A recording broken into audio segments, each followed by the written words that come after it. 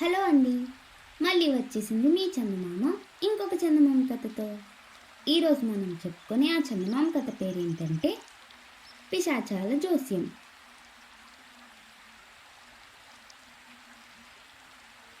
అంబాపురం అనే గ్రామంలో సాంబడు అనే యువకుడు ఉండేవాడు. వాడి ఇంటి పెరట్లో కూరగాయలు పండించి వాటిని పట్నంలో అమ్మి కాలం గడుపుకొస్తున్నాడు.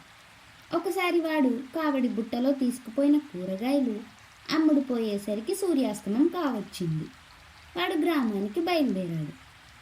ఒక జామురాత్రి గడిచాక సాంబడు దారిలో ఉన్న ఒక పెద్ద చింతతోపును చేరాడు. ఆ సమయంలో ఉరుములు మెరుపులతో వాన ప్రారంభమైంది. వాడు దారి పక్కనే ఉన్న ఒక చింత చెట్టు కిందకు పోయి నిలబడ్డాడు. ఒక గంట కాలం గడిచినా వాన తగ్గుముఖం పట్టలేదు. ఇప్పుడు ఏం చేయడమా అని సాంబడు దిక్కులు చూస్తుండగా ఒక చోట కనకనామంటూ మండుతున్న నెగడు కనిపించింది. ఇంత వానలో ఆరని నెగడేమిటా అనుకుంటూ వాడు దాన్ని సమీపించి భయంతో కెవ్వుమని కేకపెట్టాడు. అందుకు కారణం నెగడు చుట్టూ కూర్చుని ఉన్న 3 పిశాచాలు. సాంబడు కేక విని పిశాచాలు వాడికేసి చూసి, ఇలా వచ్చి కూర్చో, నిన్నేం మింగేయంలే, అంబాపురం గ్రామం వాడివే కదా, రేపు మీ గ్రామంలో ఏం జరుగుతున్నదో కాస్త చెప్పు అని అడిగాయి. పిశాచాలు అలా అడగగానే సాంబడు ధైర్యం తెచ్చుకొని వాటి దగ్గరికి పోయి, నేను కూరగాయలు అమ్మి పొట్ట పోసుకునేవాణ్ణి, నాకు జ్యోతిష్యం తెలీదు అన్నాడు. అలాగా, అయితే నేను చెబుతాను విను అంటూ ఒక పిశాచం ముందుకు వంగి నెగడులో నుండి మంటను కొంత మింగి, మీ ఊరి పాఠశాలను అనుకొని ఒక వేప చెట్టు ఉన్నది కదా, అది పోయిన గాలివాన దెబ్బకు ఒక పక్కకు బాగా వంగిపోయింది. రేపు ఉదయం వేళలో ఆ చెట్టు పాఠశాల మీద కూలి పడబోతున్నది అన్నది కళ్ళు మూసుకుని. రెండో పిశాచం నెగడులో నుంచి దోసిళ్లతో నిప్పులు తీసుకొని తల మీద పోసుకొని, సాయంత్రం జరగబోయే దేవుడి ఊరేగింపులో ఆలయం ఏనుగుకు పిచ్చెక్కుతుంది అంది తల మీద ఉన్న నిప్పులను నెగడులోకి రాల్చుతూ. మూడో పిశాచం తన నోట్లోంచి నెగడులోకి మంటను ఊదుతూ, రాత్రికి మీ ఊరు పెద్ద చెరువుకు గండి పడబోతుంది అంది. ఆ పిశాచాల జోస్యం విని సాంబడు ఆశ్చర్యపడుతున్నంతలో అవి ఒక్కసారి పెద్దగా నవ్వి మాయమైపోయాయి. వాన తగ్గుముఖం పట్టగానే సాంబడు బయలుదేరి గ్రామం చేరాడు. వీధిలో పాఠశాలకు పోయే పిల్లలు కంటపడగానే వాడికి పిశాచాల జోస్యం గుర్తుకొచ్చింది. వాడు పాఠశాలకు పోయి ఉపాధ్యాయుడితో జరిగిందంతా చెప్పి, ఎందుకైనా మంచిది, పాఠశాలకు సెలవివ్వండి అని సలహా ఇచ్చాడు. ఆ ఉపాధ్యాయుడికి వేరే సొంత పని ఉండడంతో పాఠశాలకు సెలవని చెప్పి అప్పటికే వచ్చిన పిల్లలతో ఆవరణ దాటుతుండగా వేప చెట్టు పెలపెలామంటూ దాని మీద కూలిపడింది. క్షణాల మీద పిశాచాల జోస్యం సంగతి గ్రామంలో అందరికీ తెలిసిపోయింది. గ్రామ పెద్దలు కొందరు సాంబడి దగ్గరికి వచ్చి, పిశాచాలు మరేమైనా చెప్పాయా అని అడిగారు. సాయంత్రం ఆలయపు ఏనుగుకు పిచ్చి పట్టబోతున్నదట, రాత్రికి మన ఊరి పెద్ద చెరువుకు గండి పడబోతున్నదట అని చెప్పాడు సాంబడు. ఆలయ ధర్మకర్తలు ముందు జాగ్రత్తగా ఏనుగుని తీసుకుపోయి గ్రామం బయట ఒక చెట్టుకు గొలుసులతో కట్టేశారు. అయితే దేవుడి ఊరేగింపు ప్రారంభం కాగానే అది పెద్ద గింకారాలు చేస్తూ గొలుసులు తెంచుకొని అడవిలోకి పారిపోయింది.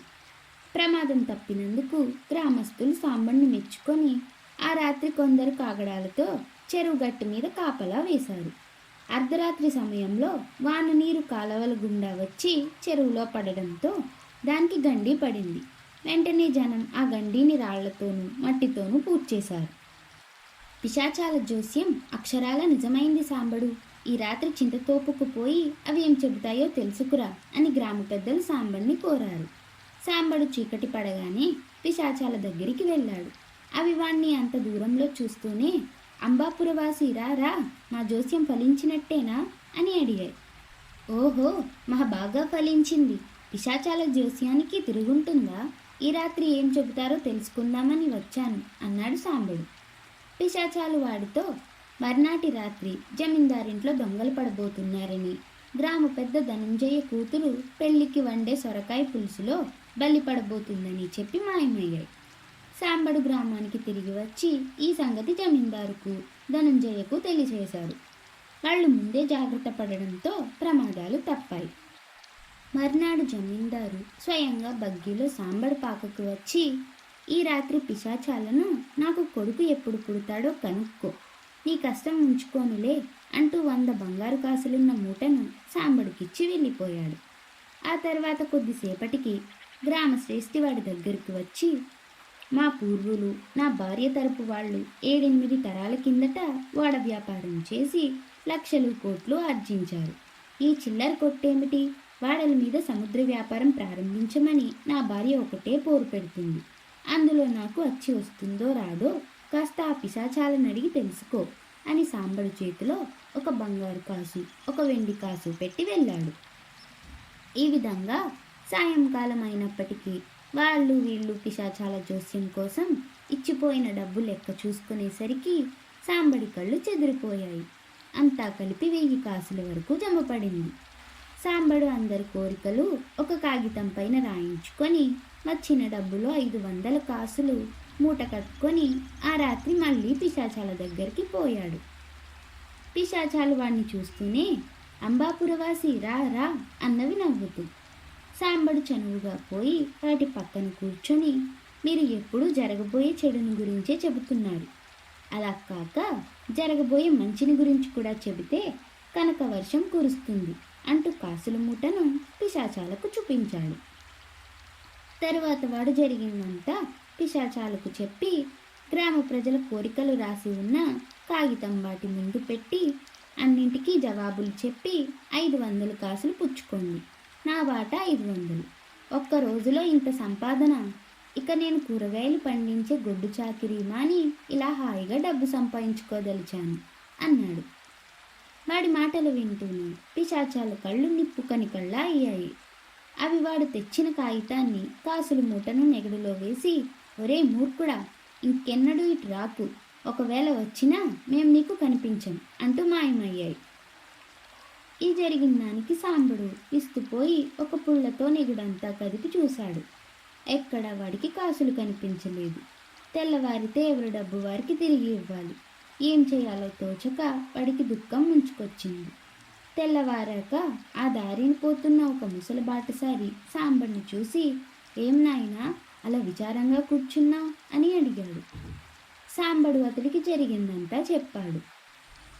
అంతా విన్న బాటసారి, నాయనా, ఆ పిశాచాలన్నట్టు నిజంగానే నువ్వు మూర్ఖుడివి. పిశాచాలు డబ్బు ఏం చేసుకుంటాయి? అవి చేసిన చెడ్డ పనులకు ప్రాయశ్చిత్తంగా కొన్ని మంచి పనులు చేయాలనుకున్నవి. అందువల్లనే మీ గ్రామానికి రానున్న ప్రమాదాల గురించి ముందుగా హెచ్చరించాయి. వాటి సదుద్దేశాన్ని నువ్వు వ్యాపారంగా మార్చచూశావు. ఆ కారణంగా అవి నీకు ఇక కనబడమంటూ మాయమయ్యాయి అని చెప్పాడు. ఆ మాటలతో సాంబడికి తన తప్పేమిటో అర్థమైంది.